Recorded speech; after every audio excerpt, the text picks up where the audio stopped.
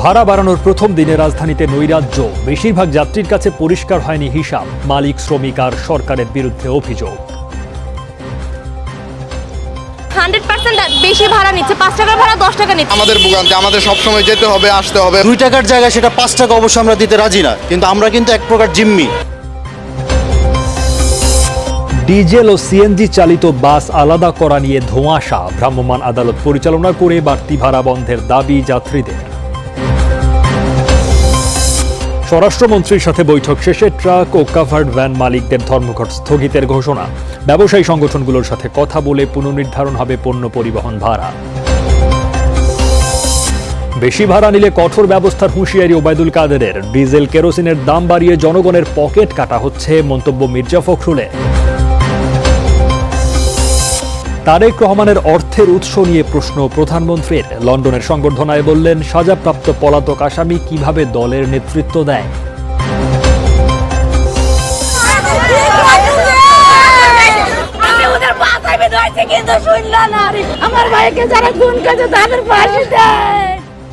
মেহেরপুরে UP নির্বাচন ঘিরে সহিংসতায় নিহত 2, পুলিশ র্যাবের অভিযানে দেশীয় অস্ত্র উদ্ধার, আটক কয়েকজন। রিটার্ন দাখিলে আগ্রহ বাড়ছে আয়করদাতাদের। সেবা মাসে ঝক্কি ঝামেলাহীন সেবা পাচ্ছেন মানুষ। তারা আছে সবাই নতুন সেবাটা, এই সেবাটা পাচ্ছে, সাথে সাথেই পেয়ে যাচ্ছে। ব্যাংক থাকলে ভালোই তো, আর প্লাস ফটোকপি মেশিন। এছাড়াও রাতের বাংলাদেশে থাকছে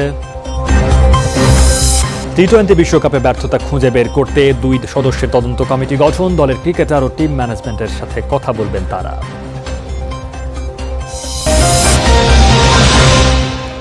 শিরোনামগুলো দেখলেন, এবারে বিস্তারিত।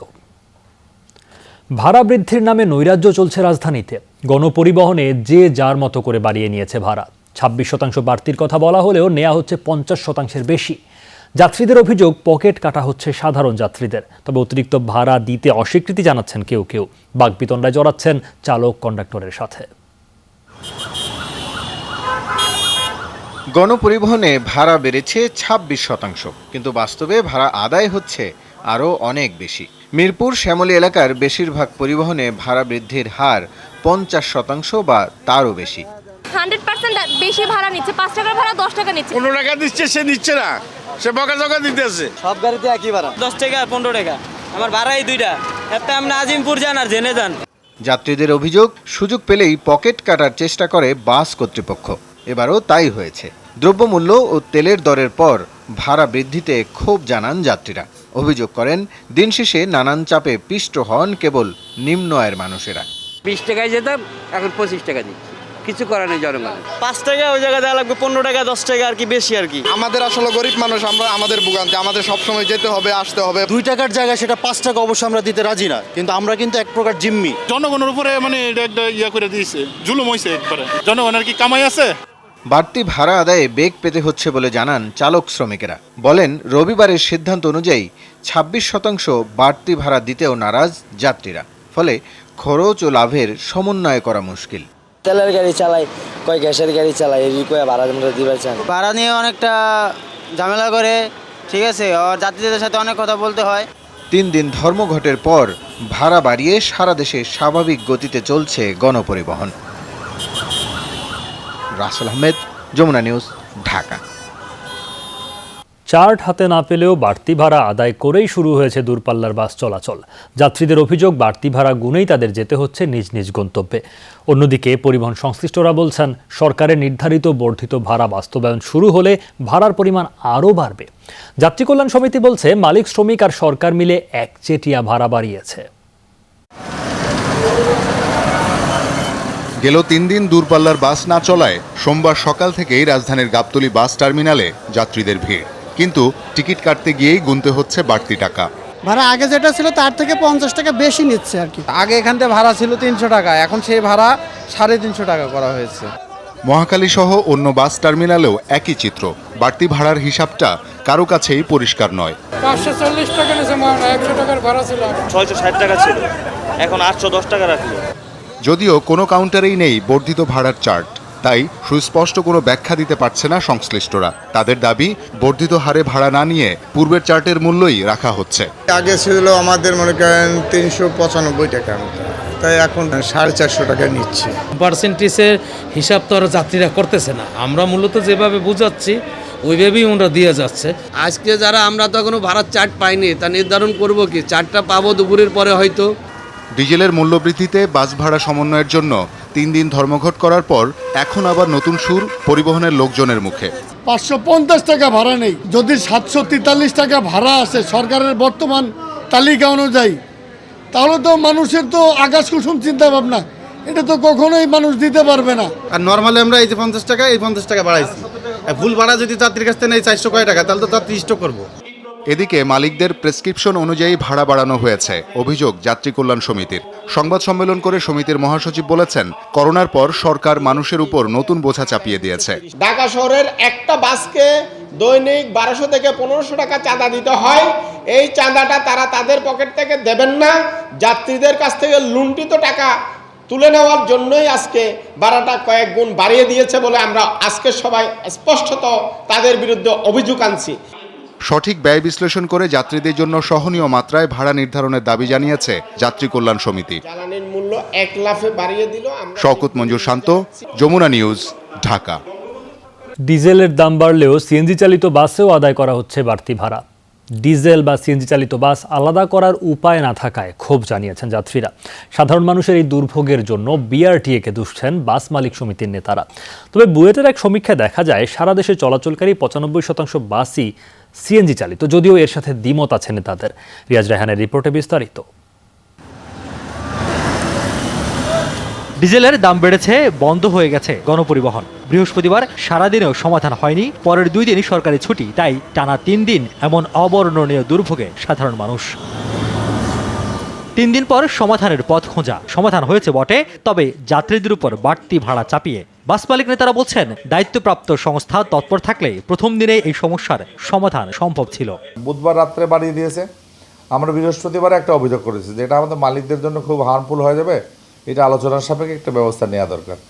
ওনারা তখন বললেন যে না, আমাদের শুক্রবারে তো সব অফিসাররা বাইরে চলে যাবে, যায় বৃহস্পতিবারে চলে যায়, আপনারা শনিবার বা রোববারে আমরা এটা একটা বসার টাইম করবো, এবং তারা আলটিমেটলি রোববারেই করলাম। বিআরটি এর কাজটা কি? বিআরটি এর কাজটা হলো 24 আওয়ার্সে ট্রান্সপোর্ট নিয়ে কাজ করা। সিদ্ধান্ত হয় ডিজেল চালিত বাসের ভাড়া বাড়লেও আগের ভাড়ায় চলবে সিএনজি চালিত বাস। বাংলাদেশ প্রকৌশল বিশ্ববিদ্যালয়ের 2016 সালের একটি গবেষণা বলছে, সারা দেশে চলাচলকারী 78,000 বাসের মধ্যে 60 ভাগই চলে সিএনজিতে, আর ঢাকায় এই সংখ্যা 12,500-এর মধ্যে প্রায় 12,000, অর্থাৎ 95 ভাগই গ্যাস চালিত। বাড়তি ভাড়া কার্যকরের প্রথম দিন রাজধানী ঘুরে সিএনজি চালিত বেশ কয়েকটি বাসের দেখা মিলেছে। সিএনজি স্টেশনগুলোতেও গ্যাস নিতে দেখা গেছে বাসের লাইন। তবে এ নিয়ে পরিবহন শ্রমিকদের ভিন্ন বক্তব্য পাওয়া গেছে। তেলে চলে, তেলে আমাদের গাড়ি, আমাদের হাতে চাট না আসা পর্যন্ত আর কি আমাদের শান্তি নেই আর কি। না, গ্যাসের গাড়ির ভাড়া বাড়ে নাই, আমরা বাড়তি ভাড়া গ্যাসের গাড়ি কাটি না। গ্যাস চালিত বাস নিয়ে যে সমীক্ষা রয়েছে তার সঙ্গে দ্বিমত আছে মালিক সমিতির নেতাদের। এটার সংখ্যাও খুব কম, 1 to 2% অনলি। তো এটা সিএনজি রূপান্তরিত করার জিনিস নয় আর কি। এটা 6 মাসের মধ্যেই ইঞ্জিনটা ড্যামেজ হয়ে যায় একদম। কোনটা সিএনজি চালিত, কোনটা সিএনজি চালিত নয়, যাত্রীরা এটা তো বুঝতে পারবে না। আসলে এখানে লিখে দিতে হবে যে গাড়ি সিএনজি চালিত, এই গাড়ি সিএনজি চালিত নয়। তাই গ্যাস চালিত বাসে বাড়তি ভাড়া তদারকিতে ভ্রাম্যমাণ আদালত পরিচালনার পরামর্শ সাধারণ যাত্রীদের। রিয়াজ রায়হান, যমুনা নিউজ, ঢাকা। ডিজেলের বাড়তি দাম প্রত্যাহার সহ 3 দফা দাবিতে ট্রাক ও কাভার ভ্যান মালিকদের চলমান ধর্মঘট স্থগিত করা হয়েছে। সচিবালয়ে স্বরাষ্ট্রমন্ত্রীর সাথে বৈঠক শেষে এই ঘোষণা দেওয়া হয়।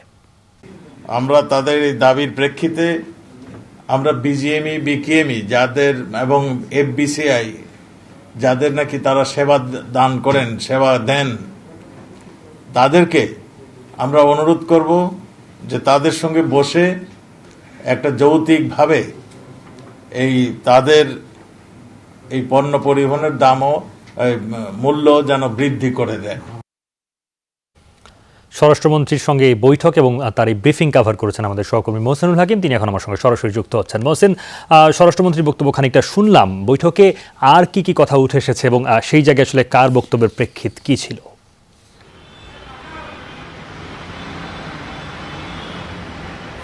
ধন্যবাদ সৌমিত্র। সিদ্ধান্তের বিষয়টি মোটামুটি স্বরাষ্ট্রমন্ত্রীর বক্তব্যে চলে এসছে। আমি যেটি বলতে চাই সেটি হচ্ছে যে আসলে প্রশ্ন যেটি এসছে সেটি হচ্ছে যে স্বরাষ্ট্রমন্ত্রী কেন এই বৈঠকটি করলেন। এটির কারণটা হচ্ছে যে সড়ক পরিবহন মন্ত্রীর সঙ্গে যে বৈঠকটি হওয়ার কথা, ট্রাক কাভার্ড ভ্যান অর্থাৎ পণ্য পরিবহনকারী যারা মালিক, শ্রমিকদের নেতৃত্বে যারা রয়েছেন তাদের সড়ক যোগাযোগ মন্ত্রী ওবায়দুল কাদেরের পরিবর্তে আসলে তিনি অসুস্থ থাকার কারণে স্বরাষ্ট্রমন্ত্রী আজকে এই বৈঠকটি করলেন। যদিও তারা যেই দাবি করছেন এবং যে সিদ্ধান্তগুলো তারা চাচ্ছেন তার স্টেক হোল্ডার যদি আমি বলি, তারা কেউই এই বৈঠকে ছিলেন না। মূলত আজকে যেটি সিদ্ধান্ত হয়েছে যে স্টেক হোল্ডারদের সঙ্গে তারা বসে এবং একটি সিদ্ধান্তে যাবেন যে বাড়তি যে তেলের দাম বাড়লো তার প্রেক্ষিতে 30% ট্রাক কাভার্ড ভ্যান ভাড়া বাড়ানোর বিষয়ে তারা একটি সিদ্ধান্ত চায় সরকারের কাছ থেকে। তো মূল বিষয়টি সেটি হচ্ছে যে গত 5 দিনের যে অচলাবস্থা ছিল এই সেক্টরে সেটির অবসান ঘটলো এবং সেটি স্থগিত করা হলো এবং এই সিদ্ধান্ত অর্থাৎ ভাড়া বাড়ানোর সিদ্ধান্ত যেদিন কার্যকর হবে বা এই সংক্রান্ত বৈঠকগুলোর পরে তারা আসলে চূড়ান্তভাবে এই ধর্মঘট প্রত্যাহার করবে বলে জানিয়েছেন নেতারা। সৌমিত্র। আচ্ছা, ধন্যবাদ আপনাকে মহসেন। বিএনপির ভারপ্রাপ্ত চেয়ারম্যান তারেক রহমানের অর্থের উৎস নিয়ে প্রশ্ন তুলেছেন প্রধানমন্ত্রী শেখ হাসিনা। পলাতক আসামি একটি দলকে কিভাবে নেতৃত্ব দেয় সে বিষয়েও প্রশ্ন রাখেন তিনি। লন্ডন আওয়ামী লীগ আয়োজিত এক সংবর্ধনা অনুষ্ঠানে এসব কথা বলেন প্রধানমন্ত্রী।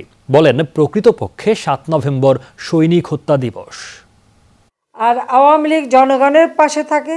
যুক্তরাজ্য সফরের 8ম দিনে রোববার লন্ডনের কুইন এলিজাবেথ হোটেলে প্রধানমন্ত্রীর সম্মানে ছিল সংবর্ধনা অনুষ্ঠান। ভিডিও কনফারেন্সের মাধ্যমে এতে যোগ দেন বাংলাদেশের প্রধানমন্ত্রী শেখ হাসিনা। 75-এর পর বাংলাদেশে 19 বার কু হয়েছে। অনুষ্ঠানে প্রধানমন্ত্রী বলেন, দেশের উন্নয়ন ও অগ্রগতির জন্য কাজ করছে আওয়ামী লীগ, যার বিপরীতে দেশকে ধ্বংসের চেষ্টায় ব্যস্ত বিএনপি। ওদের মধ্যে দেশপ্রেম নাই, জাতির জন্য কোনো কল্যাণ চিন্তা নাই, ক্ষমতাকে ভোগের বস্তু মনে করে, লুটপাটের বস্তু মনে করে। আপনারা নিজে এখন দেখতে পারেন তাদের জীবনযাত্রা, এই প্রবাসে থেকেও কিভাবে তারা জীবনযাত্রা করে, তাদের সোর্স অফ ইনকাম কি, অর্থ কোথা থেকে উপার্জন করে, তার এক জায়গায় জিজ্ঞেস করে না কোথা থেকে অর্থ পায়, কিভাবে চলে। সাজাপ্রাপ্ত আসামির নেতৃত্বে চলা বিএনপির রাজনৈতিক অস্তিত্ব নিয়েও প্রশ্ন তুলেন শেখ হাসিনা। যে ফিউজিটিভ, সে হলো একটা দলের নেতৃত্বে, তো সেই দলের অস্তিত্ব থাকে কিভাবে? যে দলের নেতৃত্বই হচ্ছে সাজাপ্রাপ্ত আসামি, তাও খুনের মামলা, অস্ত্র চোরা কারবারি মামলা থেকে শুরু করে দুর্নীতির মামলা। এবং খালেদা জিয়ার ছেলেদের দুর্নীতি, এটা কিন্তু আমাদের না, এটা আমেরিকার FBI খুঁজে বের করেছে। ক্ষমতায় থেকে জিয়াউর রহমান 3 বাহিনীর হাজার হাজার সদস্যকে হত্যা করেছে বলেও উল্লেখ করেন প্রধানমন্ত্রী। জিয়াউর রহমানের হাতে হাজার হাজার সামরিক বাহিনীর সৈনিক, অফিসার, বিমান বাহিনীর অফিসার এবং অনেক মানুষ মারা যায়, তাদেরকে হত্যা করা হয়, কোর্ট মার্শাল দেওয়া হয়, সামারি ট্রায়াল দেওয়া হয়, এইভাবে মানুষকে হত্যা করে। 7ই নভেম্বর প্রকৃতপক্ষে এটা সৈনিক হত্যা দিবস। যুক্তরাজ্যে বসবাসরত প্রবাসীদের বাংলাদেশে বিনিয়োগ করার আহ্বান জানান প্রধানমন্ত্রী শেখ হাসিনা। 100টা অর্থনৈতিক অঞ্চল করে দিচ্ছি। আমি আপনাদের প্রবাসীদের বলবো, অনেকদিন তো এদেশে ছিলেন, বাংলাদেশে আসেন, বিনিয়োগ করেন। ভাস্কর ভাদুরী, যমুনা নিউজ, ঢাকা। টেকসই উন্নয়নের লক্ষ্য অর্জন এবং উন্নয়নশীল দেশের পরবর্তী ধাপে যেতে বিনিয়োগ দরকার, তাই অনুকূল পরিবেশ তৈরির জন্য অবকাঠামো ও যোগাযোগ ব্যবস্থার উন্নয়নে গুরুত্ব দিচ্ছে সরকার।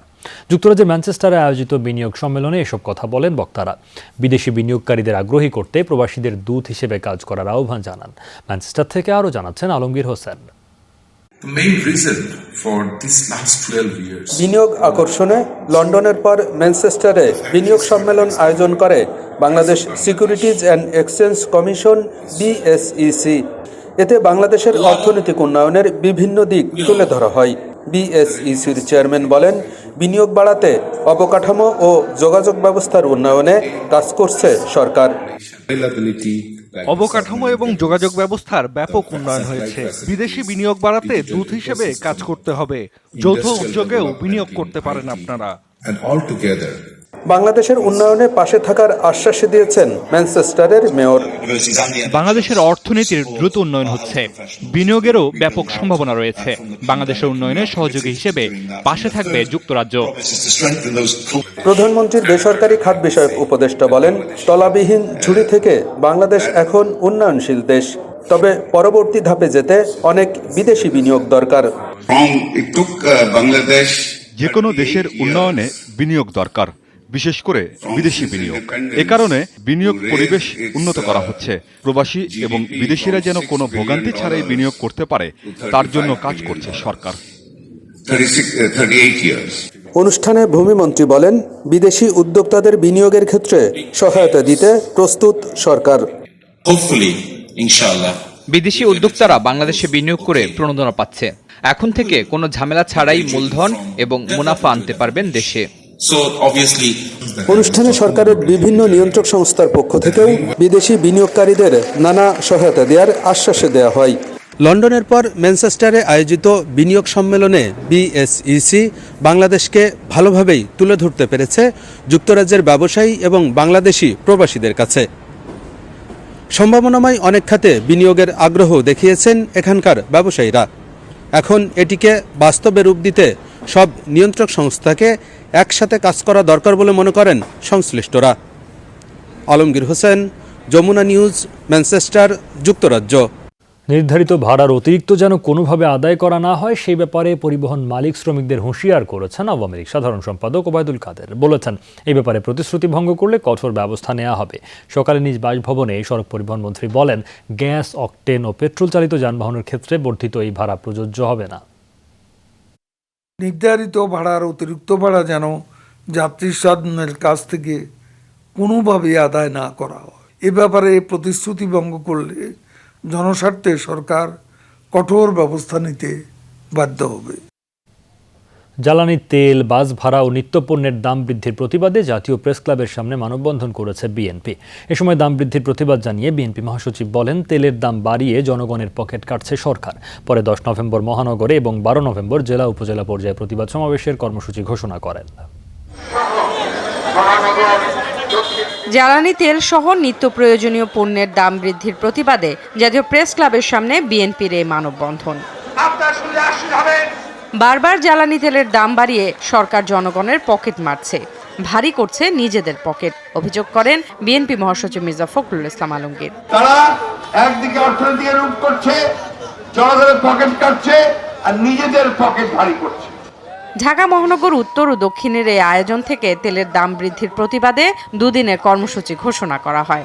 আগামী 10 তারিখে দেশের মহানগরগুলোতে, ঢাকা বাদ দিয়ে যেহেতু ঢাকা আজকে হয়ে গেল, এই জ্বালানি তেল ও নিত্য প্রয়োজনীয় দ্রব্যের বিরুদ্ধে প্রতিবাদ সমাবেশ অনুষ্ঠিত হবে। 12 তারিখে সমস্ত জেলা সদরগুলোতে এই জ্বালানি তেল ও নিত্য প্রয়োজনীয় দ্রব্যের মূল্য বৃদ্ধির প্রতিবাদে আমাদের বিক্ষোভ সমাবেশ অনুষ্ঠিত হবে। এ সময় বিএনপির অন্য নেতারাও সরকারের কঠোর সমালোচনা করেন, আহ্বান জানান সারা দেশে প্রতিবাদ ছড়িয়ে দেওয়ার। জনগণের উপর চাপিয়ে দিয়েছে ডিজেল এবং কেরোসিনের মূল্য বৃদ্ধি করে। এই বৃদ্ধি আমরা মানি না। বাংলাদেশের জনগণ বর্ধিত বাস ভাড়া দেবে না। ফারহানা ন্যান্সি, যমুনা নিউজ, ঢাকা। সরকার অযৌক্তিকভাবে ডিজেল ও কেরোসিনের দাম বাড়িয়েছে এমন মন্তব্য করেছেন জাতীয় পার্টির চেয়ারম্যান ও বিরোধী দলীয় উপনেতা জিএম কাদের। বলেছেন, দাম না কমিয়ে উল্টো সড়ক ও নৌপথের ভাড়া বাড়িয়ে সাধারণ মানুষের স্বার্থ বিরোধী অবস্থান নিয়েছে সরকার। বিকেল এক ভিডিও বার্তায় এসব কথা বলেন জিএম কাদের। আমরা দাবি করেছিলাম তেলের দাম কমাতে, কিন্তু সরকার তেলের দাম না কমিয়ে উল্টো সড়ক ও নৌপথের ভাড়া বাড়িয়ে সাধারণ মানুষের স্বার্থ বিরোধী অবস্থান নিয়েছে। আমরা ডিজেল ও কেরোসিনের বর্ধিত দাম কমানোর দাবি করছি, পাশাপাশি সড়ক ও নৌপথের বর্ধিত ভাড়াও কমানোর দাবি জানাচ্ছি। মেহেরপুরের গাংনীতে ইউনিয়ন পরিষদ নির্বাচন ঘিরে 2 সদস্য প্রার্থীর সংঘর্ষে 2 ভাই নিহত হয়েছেন। আহত হয়েছেন অন্তত 15 জন। উদ্ধার করা হয়েছে দেশীয় অস্ত্র। সংঘর্ষে জড়ানো দুপক্ষই ক্ষমতাসীন দলের কর্মী সমর্থক। বিষয়টি নিয়ে বিব্রত আওয়ামী লীগ সহিংসতা সৃষ্টিকারীদের বিরুদ্ধে সাংগঠনিক ব্যবস্থা নেওয়ার কথা জানিয়েছে। গাংনী উপজেলা স্বাস্থ্য কমপ্লেক্সে নিহতদের স্বজনের আহাজারি। অভিযোগ, চোখের সামনে প্রতিপক্ষের লোকজন পিটিয়ে হত্যা করে জাহারুল ও শাহাদুল ইসলাম নামে দুই সহোদরকে। অনেক কাকুতি মিনতি করলেও কথা শোনেনি হামলাকারীরা। আমি ওদের বাসায় বেঁধেছি কিন্তু শুনলো না, পুরা একশা খুব আইছে। আমি হাতের বাসায় বেঁধেছি, আমি বলছি মেয়েটা মারেন না, আপনার বাসায় বেঁধে আমার ভাইকে যারা খুন করেছে তাদের ফাঁসি দেন, আমরা ইয়াতি ভাই কেন। স্থানীয়রা জানান, আসন্ন ইউনিয়ন পরিষদ নির্বাচনকে কেন্দ্র করে কাথলি ইউনিয়নের লক্ষ্মীনারায়ণপুর ধলা গ্রামের দুই মেম্বার প্রার্থী আতিয়ার ও টুটুলের সমর্থকদের মধ্যে সকালে সংঘর্ষ হয়। বেশ কিছুক্ষণ চলে সহিংসতা। পরিস্থিতি কিছুটা শান্ত হলে আশপাশের লোকজনই আহতদের নিয়ে যায় উপজেলা স্বাস্থ্য কমপ্লেক্সে।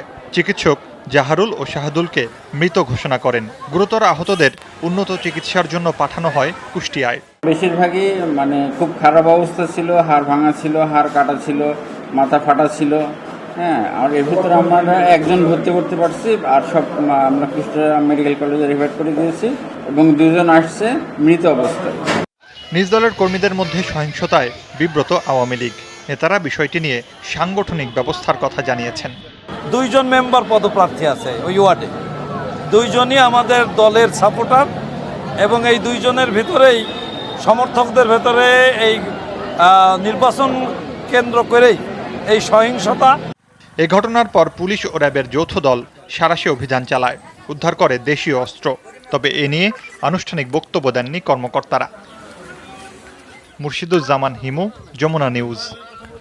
ভোলার দৌলতখানে এক ইউপি সদস্য প্রার্থী কীটনাশক পানে আত্মহত্যার চেষ্টা চালিয়েছিলেন। তার দাবি, নির্বাচন থেকে প্রার্থিতা প্রত্যাহারে বাধ্য করা হচ্ছে তাকে। বিষয়টি টের পেয়ে স্থানীয়রা ইউপি সদস্য প্রার্থী মিলন চৌধুরীকে ভোলা সদর হাসপাতালে ভর্তি করেছে। বর্তমানে তিনি শঙ্কামুক্ত। তিনি জানান, উত্তর জয়নগর ইউনিয়নের ৮ নং ওয়ার্ড থেকে ফুটবল প্রতীকের প্রার্থী হিসেবে নির্বাচনে অংশ নিয়েছিলেন। বিকেলে ৬ নং ওয়ার্ড থেকে বশির আমিন, সত্তার ও চৌধুরী মেম্বার এসে নির্বাচন থেকে সরে যেতে বলেন। তার দাবি, প্রার্থিতা প্রত্যাহার না করলে যে কোনো ধরনের সহিংসতার দায় আওয়ামী লীগ নেবে না বলেও হুমকি দেয় তারা। এতে অভিমানে কীটনাশক পান করেন মিলন। নোয়াখালীতে সাম্প্রদায়িক হামলা ও মন্দির লুটের সামগ্রী সহ 4 জনকে গ্রেফতার করেছে র্যাব। সামাজিক যোগাযোগ মাধ্যমে সাম্প্রদায়িক উস্কানিতে উদ্বুদ্ধ হয়ে আসামিরা এই লুটে অংশ নেয়। তবে তাদের রাজনৈতিক পরিচয় না থাকলেও এদের বিরুদ্ধে ছিনতাইয়ের মামলা রয়েছে। হামলা ও লুটে জড়িত বাকিদেরও গ্রেপ্তার করা হবে বলে জানিয়েছে র্যাব। কারওয়ান বাজারে র্যাবের মিডিয়া সেন্টারে সংবাদ সম্মেলনে র্যাব জানায়, প্রাথমিক জিজ্ঞাসাবাদে গ্রেফতারকৃতরা দোষ স্বীকার করেছে। কক্সবাজারের উখিয়ায় অভিযান চালিয়ে অস্ত্র তৈরির কারখানার সন্ধান পেয়েছে র্যাব। আটক করা হয়েছে 3 জনকে। ভোরে কুতুপালং রোহিঙ্গা ক্যাম্পের পাশে এই অভিযান চালানো হয়। র্যাব জানায়, দীর্ঘদিন ধরে একটি চক্র গহীন বনে অস্ত্র বানিয়ে আসছিল। এমন খবরের ভিত্তিতে সেখানে অভিযান চালানো হয়। এ সময় উপস্থিতি টের পেয়ে তাদের লক্ষ্য করে গুলি চালায় সন্ত্রাসীরা। 4 ঘন্টার বেশি সময় ধরে চলে বন্দুকযুদ্ধ। পরে পাহাড়ের দিকে সন্ত্রাসীরা পালিয়ে গেলেও আটক করা হয় 3 রোহিঙ্গা সন্ত্রাসীকে। জব্দ করা হয় 10টি অস্ত্র ও বিপুল পরিমাণ অস্ত্র তৈরির সরঞ্জাম।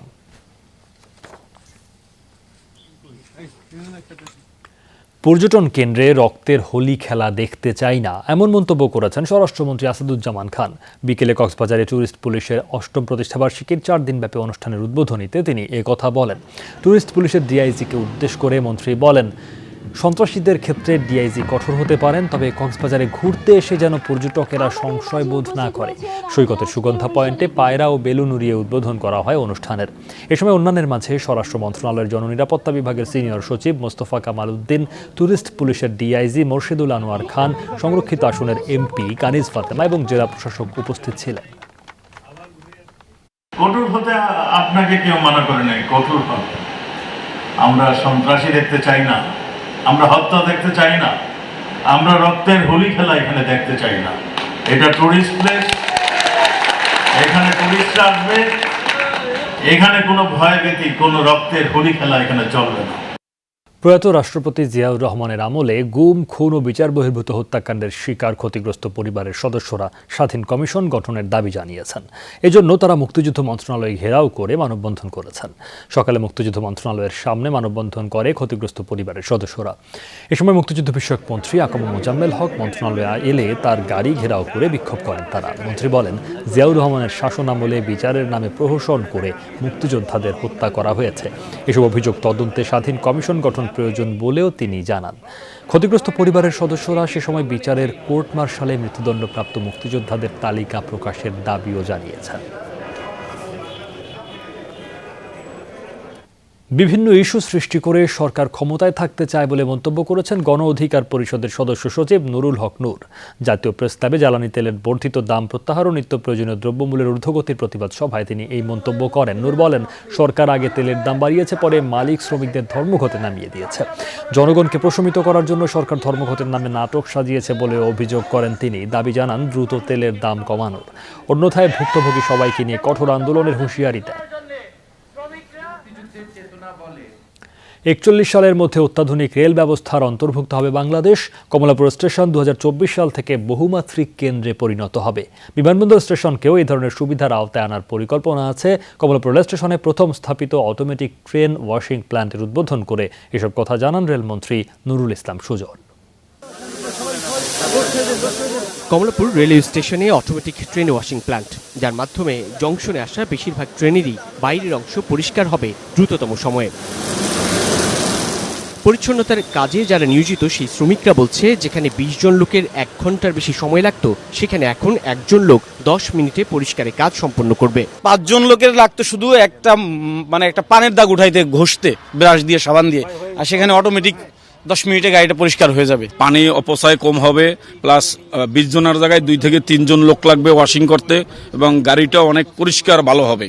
প্রকল্প পরিচালক জানান, রাজশাহী ও কমলাপুরে 2টি অটোমেটিক ওয়াশিং প্ল্যান্ট চালু হলো। পরিবেশ বান্ধব প্রতিটিতে প্রতিদিন 1 লক্ষ লিটার পানি সাশ্রয় হবে। যে একটি কোচ ভিতরে আটকা পড়ে গেল, আর একটা কোচ পিছন থেকে যে আসবে, তখন এটা অটো শাটডাউন হবে, অর্থাৎ যে কোনো অ্যাবনর্মাল সিচুয়েশনে এই প্ল্যান্ট সেফটি এনশিওর করে। রেলমন্ত্রী বলেন, ব্রডগেজ ও মিটার গেজ এই দ্বিমুখী রেল ব্যবস্থাকে একমুখী করার কাজ করছে সরকার। ঢাকার চারদিকে সার্কুলার রেল চালুর ফিজিবিলিটি স্টাডি চলছে। 2041 সালের মধ্যে অত্যাধুনিক রেল ব্যবস্থার অন্তর্ভুক্ত হবে বাংলাদেশ। রেলকে প্রত্যেকটি জেলার সঙ্গে সংযুক্ত করার জন্য, প্রত্যেকটি পোর্টের সঙ্গে সংযুক্ত করার জন্য, এবং আমাদের 2মুখী রেল ব্যবস্থা, একটি হলো ব্রডগেজ, একটি মিটার গেজ, একমুখী রেল ব্যবস্থা করার জন্য সমস্ত রেলকে আমরা ব্রডগেজ রেলে রূপান্তর করার জন্য সেই লক্ষ্য নিয়েই আমরা রেলকে এগিয়ে নিচ্ছি। ভারসাম্যপূর্ণ যোগাযোগ ব্যবস্থা ছাড়া টেকসই উন্নয়ন সম্ভব নয়। সেই লক্ষ্যে 2-3 বছরের মধ্যেই 25,000 জনবল নিয়োগ দেবে রেল। অটোমেটিক ওয়াশিং প্ল্যান্টের মধ্য দিয়ে এই সনাতনী পদ্ধতিকেও সংযুক্ত করতে হবে রেল পরিষ্কারের ক্ষেত্রে। আর এই নতুন প্রকল্পে খরচ হয়েছে রাষ্ট্রের 36 কোটি টাকা, যার মাধ্যমে পরিবেশ বান্ধব প্রযুক্তির যেমনটি সংযুক্তি ঘটল, ঠিক তেমনি রেলের জনবল এবং অর্থ, সময় সবকিছুই সাশ্রয় হবে বলে মনে করছে রেল বিভাগ। Saifuddin Robin, Jamuna news, Kamalapur railway station. Paturia ঘাটে ডুবে যাওয়া ফেরি আমানত শাহের উদ্ধার কাজ 70% সম্পন্ন হয়েছে। ফেরির ভেতরের পানি সরিয়ে পুরোপুরি উদ্ধারে সময় লাগতে পারে আরও 2 দিন। আজ উদ্ধার কাজে যোগ দিয়েছে বেসরকারি প্রতিষ্ঠানের 5টি বার্জ। পদ্মা নদীতে চলছে উদ্ধার কাজ। সরকারি জাহাজ হামজা রুস্তম যখন ব্যর্থ, তখন বেসরকারি 5টি উইংস বার্জ তৎপরতা চালাচ্ছে ডুবন্ত ফেরি উদ্ধারে। সোমবার পাটুরিয়া ঘাটে এই কাজে যোগ দেন 50 জন কর্মী। 27 অক্টোবর ডুবে যায় আমানত শাহ ফেরিটি। এখন পর্যন্ত 5 দিনে উদ্ধার কাজ শেষ হয়েছে 70%। দৃশ্যমান হয়েছে ফেরির বেশিরভাগ অংশ। ফেরিটা দীর্ঘদিনের পুরাতন, কাজ করতে যাইয়া হয়তো দেখা গেল যে একটা প্লেট ফাইটে গেল, আবার রিং তালি বা ডাবলার মারতে কিছু সময় লাগবে। এই সময়টুকু আমাদেরকে একটু দেখতে হবে। তবে বিভিন্ন ফুটো দিয়ে পানি প্রবেশ করায় বেগ পেতে হচ্ছে ফেরিটি উদ্ধারে। পানি নিরোধক অবস্থায় নিয়ে আসতে হবে, যাতে করে এর ভিতরে আর পানি ঢুকতে না পারে। সুতরাং সেই অবস্থাতে নিয়ে আসার জন্য তাকে নতুন করে কিছু কিছু জায়গাতে ওয়েল্ডিং করতে হবে, কাটিং করতে হবে, অর্থাৎ ঝালাইয়ের কাজ আছে। এগুলো সময় সাপেক্ষ এবং দীর্ঘমেয়াদী কাজ। বুধবারের মধ্যে পুরো ফেরিটি টেনে তোলা সম্ভব বলে আশা করছেন সংশ্লিষ্টরা। মূলত অব্যবস্থাপনার কারণেই শাহ আমানতের ফেরিডুবির ঘটনা ঘটেছে। বাংলাদেশের প্রায় সবগুলো ফেরির অবস্থা শাহ আমানতের মতোই অনেকটাই নাজুক। যদি এখনই সরকারের টনক না নড়ে, যদি যথাযথ রক্ষণাবেক্ষণের ব্যবস্থা না নেওয়া হয়, তবে আবারও ফেরিডুবি হয়ে অনেক অঙ্কের মানুষের হতাহতের ঘটনা ঘটতে পারে। ইব্রাহিম খলিল, যমুনা নিউজ, পাটুরিয়া ঘাট, মানিকগঞ্জ। আয়কর রিটার্ন জমা দিতে আগ্রহ বাড়ছে। যতই দিন যাচ্ছে ততই কর অঞ্চলগুলোতে বাড়ছে ভিড়। গেল 1 নভেম্বর থেকে শুরু হয়েছে কর সেবা মাস। করদাতারা যাতে সুন্দর পরিবেশে কর দিতে পারেন সেই জন্য পুরো কার্যক্রম তদারকি করছে এনবিআর। আয়কর রিটার্ন এবং কর সংক্রান্ত নানান সেবা নিতেই এমন ভিড়। দিন দিন বাড়ছে আগ্রহ, কর দিতে উৎসাহী হচ্ছে মানুষ। সকাল থেকে আসছে করদাতা, স্বল্প সময়েই শেষ হচ্ছে রিটার্ন জমার কাজ। করদাতারা বলেন রিটার্ন দিতে ঝক্কি ঝামেলা নেই। তারা আছে সবাই নতুন সেবাটা এই সেবাটা পাচ্ছে, সাথে সাথেই পেয়ে যাচ্ছে। প্রাপ্তিগুলা জমা দেওয়ার সাথে সাথে সিগনেচার হয়ে দিয়ে দিচ্ছে। অন্যান্য বছরের মেলায় দিলে আমরা ব্যাগ পেতাম, পানি পেতাম, এটা ওটা আনুষঙ্গিক যুক্ত দিত। এবার ওইরকম কোনো দেখতেছি না আর কি। করোনা সংক্রমণের ঝুঁকি থাকায় গেল বছরের মতো এবারও কেন্দ্রীয়ভাবে আয়কর মেলা না করার সিদ্ধান্ত নেয় এনবিআর। তবে প্রতিটি সার্কেল অফিসে রিটার্ন জমা নিতে বসানো হয়েছে বুথ। ব্যাংক থাকলে ভালো হতো, আর প্লাস ফটোকপি মেশিন, এই দুইটাই তো বেশি দরকার। আর লিখার কাজটা তো আমরা নিজেরা করি বা হেল্প নেই। সরকার উন্নতি করতেছে, রাস্তাঘাট করতেছে, ইয়া করতেছে, দেশের উন্নতির জন্য আয়কর দেওয়া অবশ্যই দরকার। এছাড়া কেন্দ্রগুলোতে ইটিআই এর নিবন্ধন ও পুনর্নিবন্ধনের ব্যবস্থা আছে। প্রতিটি কর অঞ্চলের ওয়েবসাইটে আয়কর সংক্রান্ত বিভিন্ন ফরম, পরিপত্র, রিটার্ন পূরণের নির্দেশিকা সহ প্রয়োজনীয় তথ্য সেবা পাবে করদাতা। তাদের যে ভয় ভীতি, এটা কিন্তু মেলার এই পরিবেশে আসলে তার কেটে যায়। ইনকাম ট্যাক্সকে আপনি জানেন যে গত 10 বছর কিংবা আরও অধিক সময়ের মধ্যে অনেক বেশি বন্ধুত্বমূলক একটা বিভাগে পরিণত করা হয়েছে, যে কর বান্ধব পরিবেশ আমরা নিশ্চিত করেছি। সার্বিক কর্মকাণ্ড দেখতে সকালে কর অঞ্চল 5 পরিদর্শনে যান এনবিআর সদস্য শাহিন আক্তার। জানান সুন্দর পরিবেশে রিটার্ন জমার দিকটি গুরুত্ব দিচ্ছে এনবিআর। গত বছরের আগে যেভাবে দিয়েছিলাম সেবাটা, গত বছরের এবছর সেটা পারছি না, কিন্তু আমাদের আন্তরিকতা কিন্তু 100%। তা আমার বিশ্বাস যে করদাতারা খুশি হবে, সন্তুষ্ট হবে, যে করদাতা বান্ধব যে পরিবেশটা সেটা আমার বিশ্বাস যেটা সেটা আমরা এনশিওর করতে পেরেছি। আর তাছাড়া যেটা অনলাইনে রিটার্নের কার্যক্রম তো শুরু হয়েছে। আগামী 30 নভেম্বর পর্যন্ত 31টি কর অঞ্চলে 649 সার্কেলে নিরবচ্ছিন্নভাবে জমা দেওয়া যাবে রিটার্ন। রিমন রহমান, যমুনা নিউজ, ঢাকা। ভারতের এক জেলেকে গুলি করে হত্যা এবং অপর 6 জনকে ধরে নিয়ে গেছে পাকিস্তানের নিরাপত্তা বাহিনী। শনিবার এই ঘটনা ঘটে বলে জানান ভারতীয় গণমাধ্যম। এতে বলা হয়, গুজরাট উপকূলে ওখা শহরের কাছাকাছি আরব সাগরে মাছ ধরছিলেন বেশ কয়েকজন ভারতীয় মৎস্যজীবী। সেই সময় তাদের বোট থেকে গুলি চালায় পাকিস্তানি মেরিন সেনাদের কয়েকজন সদস্য। ওই গুলিতে নিহত হন এক মৎস্যজীবী। এর পাশাপাশি জলপরি নামে ওই মাছ ধরার বোট থেকে আরও 6 মৎস্যজীবীকে ধরে নিয়ে যায় পাকিস্তান বাহিনী। নিহত ওই মৎস্যজীবীর নাম শ্রীধর রমেশ তাম্বে, তার বাড়ি মহারাষ্ট্রে।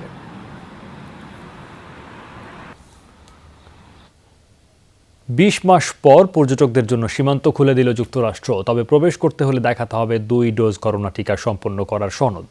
করোনা সংক্রমণ ঠেকাতে সাবেক মার্কিন প্রেসিডেন্ট বিদেশি পর্যটকদের ওপর নিষেধাজ্ঞা আরোপ করেছিলেন। এ কারণে 2 বছরের মতো অনেকেই ছিলেন পরিবার থেকে বিচ্ছিন্ন। পর্যটন খাতও পড়েছে ধসের মুখে।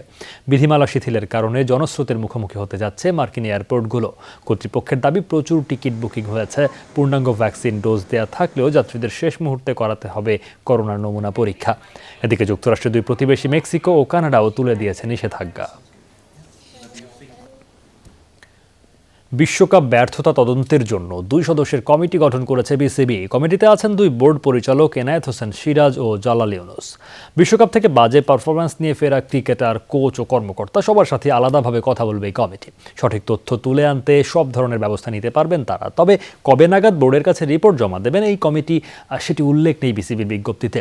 টি-20 বিশ্বকাপের মূল আসরে একটি ম্যাচও জিততে পারেনি টাইগাররা। রয়েছে প্রাথমিক পর্বে স্কটল্যান্ডের কাছে হারের অভিজ্ঞতা। দলের অধিকাংশ ক্রিকেটার দেশে ফিরলেও এখনও আসেননি মাহমুদুল্লাহ, মুশফিক, লিটন ও তাসকিন। শ্রীলঙ্কায় 4 জাতি ফুটবল টুর্নামেন্টের খবর। নিজেদের প্রথম ম্যাচে কাল আফ্রিকার দেশ সিশেলসের বিপক্ষে লড়বে বাংলাদেশ, যেখানে জয় দিয়ে আসর শুরুর প্রত্যয় মারিও লেমস শিষ্যদের। কলম্বো রেসকোর্স মাঠে বাংলাদেশ সময় বিকেল 4:30টায় শুরু হবে 2 দলের লড়াই। বৃষ্টির কারণে আসরের সব ম্যাচ একদিন করে পিছিয়েছে। তবে খারাপ আবহাওয়ার কারণে শঙ্কা রয়েছে মঙ্গলবারও এই টুর্নামেন্টের মাঠে গড়ানো নিয়ে। কলম্বো থেকে মুজনেবিন তারকের রিপোর্ট। একটা শিরোপা জয় পাল্টে দেবে দৃশ্যপট। এটা গত 1.5 যুগের প্রার্থিত এক আকাঙ্ক্ষা। সেটা ভালোই জানা ফুটবলারদের। সে লক্ষ্যে সাম্প্রতিক অতীতে নেপাল ও মালদ্বীপ হয়ে এবার মিশন শ্রীলঙ্কা। আসরে চেনা সব প্রতিপক্ষ, যার শুরুটা অপেক্ষাকৃত দুর্বল সিশেলসের বিপক্ষে, যা কিছুটা হলেও সাহস যোগাচ্ছে মারিও লেমস শিষ্যদের। তবে দুশ্চিন্তা দলের অনুশীলন নিয়ে। দেশের মাটির প্রস্তুতির ঘাটতি পূরণ হয়নি আয়োজক দেশে এসেও। ম্যাচ ভেন্যুর পরিবর্তে জুটেছে কৃত্রিম টার্ফ, তাতেও টলেনি জামাল তপুদের আত্মবিশ্বাস। ওভারঅল সবকিছু মিলিয়ে কিন্তু আমাদের একটা ভালো প্রিপারেশন হয়েছে। আশা করি কালকের ম্যাচে আমরা একটা ভালো রেজাল্ট করব। আর লিগের আমি মনে করি ফার্স্ট ম্যাচটা অনেক ইম্পর্টেন্ট। আশা করি কালকে যদি আমরা ম্যাচটা বের করতে পারি তাহলে আমাদের জন্য সুযোগ হয়ে যাবে সামনের 2টা ম্যাচ। জেমিডেকে সরিয়ে অস্কার ব্রুজন, এবার সেই রিলে ব্যাটন আরেক বিদেশি কোচ মারিও লেমোসের হাতে। ম্যাচ হবে কর্দমাক্ত ভারী মাঠে, তবে সেই কন্ডিশন অচেনা নয় বাংলাদেশের জন্য। তাই তো জয়েই চোখ এই পর্তুগিজ কোচের। অনুশীলনের জন্য পর্যাপ্ত সময় না পাওয়ায় আমাদের খেলার ধরনটা হয়তো বা আপ টু দ্য মার্ক পাওয়া যাবে না, কিন্তু তারপর আমরা প্রস্তুত আছি সিশেলসের বিপক্ষে জয় নিয়ে মাঠ ছাড়তে। আর এমন আবহাওয়ায় বাংলাদেশের প্রতিটি ফুটবলারেরই খেলার অভিজ্ঞতা রয়েছে, তাই আবহাওয়া নিয়ে ভাবছি না। দলে নেই বেশ কিছু অভিজ্ঞ ফুটবলার, তবে এ নিয়ে চিন্তিত নন মারিও লেমোস। সিশেলসকে হারানোর মতো সম্ভাব্য সেরা একাদশী আছে তার হাতে। বেরসিক বৃষ্টিতে কিছুটা হলেও ছন্দ হারিয়েছে শ্রীলঙ্কার এই 4 জাতি টুর্নামেন্ট। বারবার পরিবর্তিত হচ্ছে সূচি, কিন্তু লক্ষ্য বদলায়নি বাংলাদেশের। ফাইনাল খেলার স্বপ্নে সিশেলসকে হারিয়ে আসরে শুভ সূচনা করতে চায় জামাল তপুরা। মুজরেবিন তারেক, যমুনা স্পোর্টস, কলম্বো, শ্রীলঙ্কা। এই ছিল রাতের বাংলাদেশে। এতক্ষণ সাথে থাকার জন্য ধন্যবাদ।